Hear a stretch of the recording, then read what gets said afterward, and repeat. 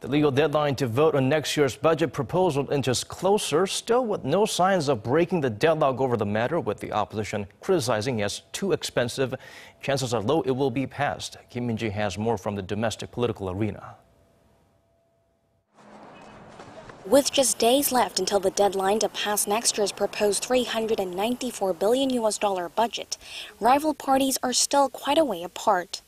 Senior lawmakers held talks on Tuesday to narrow their differences on 6 areas of contention, which include an increase in public sector jobs, funds to support small companies in the wake of next year's double-digit hike in the minimum wage, and childcare allowance.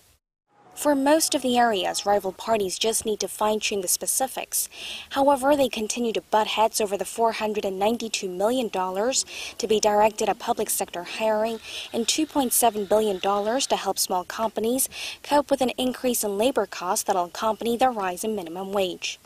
On top of this, relevant parliamentary committees need to deliberate 25 subordinate bills for next year's budget designated by the National Assembly Speaker. They include a disputed tax reform proposal aimed at slapping higher taxes on the wealthy and big companies.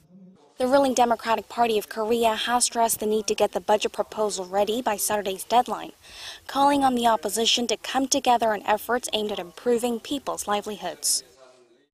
We earnestly ask the National Assembly to come together as one, regardless of political party, so that the Moon Jae-in administration can pull out all the stops for the people. The main opposition Liberty Korea party, however, continues to label the government's proposal as populist, making it clear it will not give its approval to parts of the budget that will burden people down the road.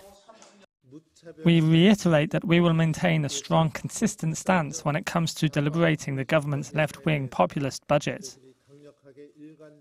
The center-left People's Party, which is seen as having the deciding vote in the Assembly, is also more or less on the same page as the Liberty Korea party. It says reform in the public sector is more urgent, stressing the need for a redistribution in the labor force instead of just creating more jobs.